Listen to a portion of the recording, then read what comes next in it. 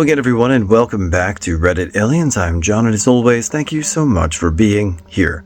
Good topic for you today. Let's do it. What's something you saw out in the woods that made you not want to go back in the woods? Please remember to like, share, and subscribe. Mountain lion screams can be pretty damn sobering. The first time I heard one, I thought it was some kind of a person just screeching while getting closer to the campsite. Never did I have more faith in tent nylon as protection. Ticks. Hundreds of ticks. I was hiking through the woods one summer and I knelt down to tie my boot.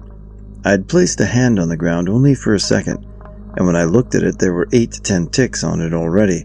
I took a closer look at the ground, and every square inch had a tick crawling around. The leaves were literally moving, there were so many.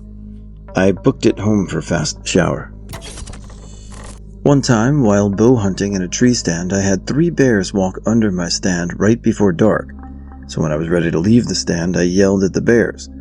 One of the baby bears climbed up the double tree I was in and looking down and chomping its teeth at me. I was afraid to leave the stand because the large mama bear was somewhere on the ground in the dark. Not hunting, but hiking when I was a kid with my cousins. Around the Susquehanna River in Pennsylvania, we came across a middle-aged, scraggly man floating down the river on his back completely naked. He casually waved and said hello as he floated by. That's when we were glad we were hiking the opposite direction of the river. I do most of my hunting in the desert, so I run across strange things often. Some that stick out the most are running across both human and drug trafficker shrines. I find them here and there in caves or old mines. They're usually littered with animal bones, candles, pictures, etc. Pretty sketchy feeling coming up on those. Second, which has happened more than once, is returning back to your vehicle and finding lion tracks on top of the tracks you left when you walked in. I hunt the desert more than the woods, but one thing that always freaks me out is when my Spidey is telling me I'm being tracked. It gets worse when I start seeing fresh cougar tracks crossing in front of my direction of travel. Luckily, I've never had to shoot one out of fear. I think they're beautiful animals, but my God, is it a reminder that we weren't always at the top of the food chain. It was gun deer season in northern Wisconsin. I was sitting in an open tree stand that was relatively low to the ground. In front of me, to my left, was dense shrubbery, and to my right, there was an opening before the woods started. All of a sudden, I heard some rustling in the bushes to the left. 2 little fluff balls came tumbling out into the open area. Initially, I had no idea what they were. I was intently focused on them, trying to figure out what animal this was. Then I heard the deepest and scariest growling coming from behind me. I immediately froze. Next thing I knew, I had a mother bobcat circling my tree. It might have only been a minute or 2, but I felt like an eternity. She continued circling the tree, growling at me and never taking her gaze off of me. Finally, the cubs decided that they were done playing, and everyone moved on. I will never forget the intensity of the bobcat's eyes staring at me. After I came back in, I told this story to my dad. He seemed rather excited, saying that he hasn't seen any wild bobcats in the area yet. However, I did not feel so lucky about the encounter at the time. I go walking in the woods near my place, and 3 terrifying things have happened, and every single one was in the same section of trail. The first was one of the earliest times I went walking. I wasn't entirely sure of my timing to get back to the opposite end of the woods and back, and I ended up walking 2/3 of the way back in the dark. I had a flashlight, which I could use part of the time, but wasn't able to leave on. I would flash it on, set my course, and walk until I felt I needed to check again. I'm walking through the pitch dark, and I hear something about 50 yards back scream. It scared the shit out of me. I picked up my pace and bit when suddenly, whatever it was screamed again. About 15 feet away at my 11 o'clock. I hadn't heard anything move and I booked it. I learned later that it may have been foxes, but I never went walking out there again without a means of self-defense. The second time was a late afternoon walk. Same spot on the trail I was walking, and it was almost Disney-like. Birds singing, bugs chirping, squirrels squirreling. There was a small breeze and it was lovely out. Suddenly, at the exact same time, the wind stopped, the sun dropped behind a cloud, and every single animal stopped doing anything. The entire woods went completely still and silent. I had never understood deafening silence until that moment. I tensed up and kept moving, and about 10 seconds later, sound returned and everything went back to normal. I took the same way back, and it didn't happen again. The third time was about a month later. I was walking down that way, and I was looking about a little more, as this time I was out at midday, and it was bright as deep woods get. I noticed something off the trail and went to look at it. I found a deer trail that I could follow and realized that the high grass hit a deep ditch off the trail that the river cut out during flooding. It had been dry, so I dropped into it. I'm a big dude at about 6.5 feet tall, and the edge of the ditch was at my eye level, probably about 10 feet across. I decided to follow it, and come out at the river, and then work my way down the bank until I hit the trail again. I walked about 25 feet, and I had to work over a tree that had collapsed into the ditch at a curve in its path. I came to the other side and froze. There was deer everywhere. Not plural deer. A single deer spread over the entirety of the ditch. The ribs were closest, the skull was across the ditch from them, and all the other bones were scattered about like it had hit a landmine. There was a definite stench to the area, and the bones were dry but still had sinew strung about them in spots. It took me all of about 3 seconds to realize that I was standing in something's dining room. I backed up to the tree, used it as my point of egress from the ditch, and ignoring the voice in my head saying not to bust straight through the underbrush to the path, busted straight through the underbrush to the path. I came out at, you guessed it, that creepy spot of the woods trail. I walked swiftly to a different trail and walked through the open field to get home. I don't know precisely what lives in that section of the woods, but it always freaks me out to see parents taking their toddlers out there to walk. It's a curvy path up to that section, which is a straightaway with flat ground and the underbrush making a well-defined path. I know people that let their kids run up and down it since they can see all the way to the end, and the kids have the ability to run freely without being out of sight. I know it's probably not going to happen, but I always mentally see a kid running away from his parents down the path, a rustle of brush, a flash of fur, and the sound of little Billy being carried off into the woods. Yes, there really is something to be said when the forest goes completely silent out of nowhere. I've had it happen to me a few times. I don't really live in an area where there are really big predators. Probably, honestly, foxes or raccoons are about it on Long Island.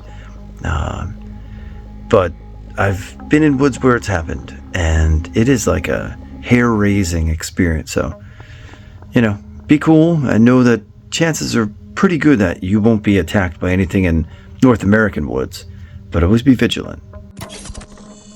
Obligatory not me, but my uncle. One year during deer season, my uncle went out on a general hunt. He hiked a few miles in the middle of the night to get to his spot. When he got there, he heard some soft moans, and couldn't find where it was coming from, but then noticed something large high up in a tree. Since it was still dark, he disregarded it, and walked to his tree stand and settled in for the morning. As the light grew, he started to get a better and better picture of what was up in the tree. To his horror, it was a slumped-over man. He quickly got freaked out, and then noticed through his spotting scope that it was a dead hunter sitting in a tree stand.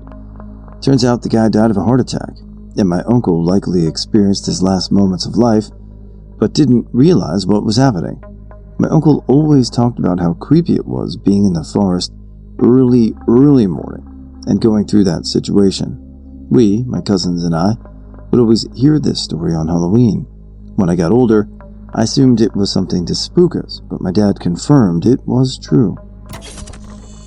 Not in the woods, but underwater. I was spearfishing at night with a pretty powerful flashlight when out of the dark came this foot-long snake-looking thing. Almost gave me a heart attack. Turned out to be a ragworm swimming toward my face. A couple of minutes later, another one came swimming at me. 10 minutes later, the water was full of these long suckers all around me in the dark. Creeped me out. Turned out it was mating season, which makes them leave their holes in the sand, swimming up to release their sperm by destroying their bodies, dying in the process. Torchlight must have been drawing them out as if it was the full moon or something. I'll be checking for ragworm mating season every time I'm planning to go spearfishing. Not a hunter, but I live in the deep south, and when I was a kid, my family owned a big stretch of property in the woods. We still do, technically speaking, but I don't live close to there, and my favorite place to play was out in the middle of the trees, where I could pretend to be a fantasy adventure character or hunt fairies or whatever. I was little and really into that. But then at some point I started to discover abandoned hunting camps and stands, like not abandoned in the sense that no one used it in a while, not unusual in the off-seasons, but as in half-eaten cans left to dust and rot, sleeping bags left there just to ruin in the rain, things in general left in a state that suggested they left in a hurry. But at one point, I found an abandoned stuffed animal and pillow that literally were moldy. Logic says maybe the owners are still super irresponsible, but when I was like 7, it gave me a really bad vibe, and I didn't go that far out again. And then, later, as an adult, once I saw a boar, and I was like, perhaps not. I've seen Old Yeller, lol. I was hunting deer alone and shot a buck from much longer range than I should have. It looked like it was badly wounded, but it managed to run away. I gave chase, and for most of that while it was out of my sight. After a mile or so of running, I caught sight of the buck a couple of 100 feet away. The animal was not moving, and had been finished off by another hunter. That person was at the buck's rear end and looked like he was humping it. I didn't even consider getting closer look at that point. I might have had a legitimate claim to part of the buck's corpse, but claiming the meat was the last thing on my mind. I bolted out of there faster than I could have managed while chasing after it, praying the whole time he didn't notice me. As long as there are crazy deer humpers in the woods, I'm not going back there. The brother-in-law and myself out doing some night fishing for catfish. Was around end of summer, beginning of fall in upstate New York. We were down a pretty steep bank that had a landing pad type formation at the bottom. We had been getting subtle rigs from the bells. Yes, bells, they clip onto your rod and ring when a fish hits or takes the bait. No fish though. After about an hour, we started hearing crunching leaves up on the steep bank. We kept flashing our lights up there, but could not see anything. We had a propane lantern for ambient light and headlamps for spotting or trying knots, etc. Over the course of the next 3 hours, we would hear something walking on top of the bank. Never saw a thing, kept going back and forth about the uneasy feeling we kept getting. Talked ourselves into thinking it was a coyote. Not many big predators where I live. Coyotes being the main concern usually, so we don't bring self-defense weapons. Well, we got skunked and caught nothing. Packed up and all our gear and loaded it in the truck. I lit a cigarette and we were talking about the noises we kept hearing. We looked around the truck, in the foliage, nothing. Finished my smoke and we got in the truck. I started it up and flipped my headlights on. Boom. Right there in front of the truck. Staring into the lights, puma. They don't natively live in New York. Apparently, they migrate through. Needless to say, I just drove away, shaking the whole way home. Now, we bring some form of self-defense no matter what we are fishing, for or where we are going. The fact that this thing was circling is that for hours, stalking us. Freaky. It had the high ground as well. So, had it pounced, I have no doubt one of us would be seriously hurt, if not dead. Freaky, man. Not me, but my dad and brother-in-law. We just got this story a few weeks ago, and it made me laugh for days. My parents live on a big plot of land, and the hunters in the family hunt deer and wild turkey out there during the season. My brother-in-law would go out there by himself after work a lot. One day he went out, got situated, and then it hit him. He had to take a shit. So he went a ways into the woods to let it all out. It then occurs to him that he doesn't have anything to wipe with, so he reluctantly uses his sock and buried it afterwards. Fast forward to the next day, everyone is sitting up at the house hanging out on the patio when my dad comes up holding the sock hat. He says, "I think someone's been illegally hunting on my land." He had no idea it was brother-in-law's hat. Our dog or another critter must have dug it up to investigate, and my dad found it. Brother-in-law was horrified but didn't want to say anything because he always wants my dad to like him. This happened years ago, but at my birthday party last month it finally came to light that my dad was carrying and waving around brother-in-law's shitty sock hat. I don't know if the story counts, but I just like telling it. Wasn't quite bad enough to keep me out of the woods, but definitely sent me home the day it happened. Several years ago I was deer hunting in a very remote section of a national forest in northern Wisconsin, and had a very weird experience that spooked me pretty good. I was hunting from a ladder stand about 20 feet off the ground. It was late morning on a cloudy, dead calm, no-wind day. All of a sudden I heard what sounded like a whooshing sound right over my head. It startled me because I didn't see anything to go along with the whooshing sound. The only way I can describe it is that it was a sound you would expect to hear if a large bird like an eagle or hawk-sized flew 5 to 10 feet over your head. Not wings flapping, but just like a whoosh or swooping sound. It was weird because I spent a lot of time in the woods over many years to know that large birds don't often fly close to people, much less right over your head, unless it's like a seagull at the beach or something. Big birds in the woods sure as hell don't fly toward humans often, at least not in my experience. Anyway, at this point I just assumed that the sound must have been a bird of some type, and I must have just looked up too late to see it. Whatever. Back to deer hunting. Then, about 10 minutes later, it happened again. But this time I actually saw a shadow on the ground, moving toward me before I heard the sound. The shadow was somewhat faint, but it definitely looked like a shadow of a bird, so I thought for sure I would see the bird this time. I looked up in the air above the shadow, and then it just got to me. I heard and felt the whooshing sound again. This time even closer than before. It actually made me flinch and duck my head like something big had just barely missed my head from above. I didn't say anything despite wildly swinging and swiveling my head up around behind me to try and catch whatever just dive-bombed me. So now in my head, I'm thinking that there's no question that a big-ass bird of some type definitely just flew at or right over my head twice. But somehow I missed seeing it both times. Thoughts racing through my mind. This thing is some kind of stealthy MF bird. Why the hell is a bird swooping on me? Am I near its nest or something and it's trying to warn me off? It's late fall, early winter. I should clarify at this point, in case people don't know what a ladder stand is, that I'm in a wide open metal chair with an 18-foot ladder attached to it, leaning up against the tree with my back against the trunk. There are very few branches above me and only a few below me. The point is, my vision wasn't obscured in any way above or below me, and I'm surrounded by leafless trees, so the chances of a large bird being able to come at me and swoop on me without being seen coming on or going is zero.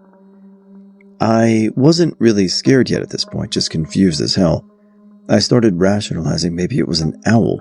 I've heard they can be super quiet when they fly. Maybe he came from a different angle than the sound and the shadow suggested, and I just missed him. But why couldn't I even catch a backside view after it swooped past, though? This was a invisible bird. The story doesn't get any different or more dramatic from here, other than the same thing happened maybe 4 or 5 more times over the course of about an hour, including the shadow on the ground. Each time it comes at me from a different angle, and each time it seems to graze just barely above my head. I'm not gonna lie. I eventually started freaking out inside because the only two plausible explanations at that moment were that I was either being harassed by an actual invisible bird, or I was losing my marbles, alone in the woods.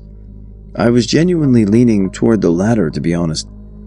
Packed up my gear, climbed down, and headed back to the camp.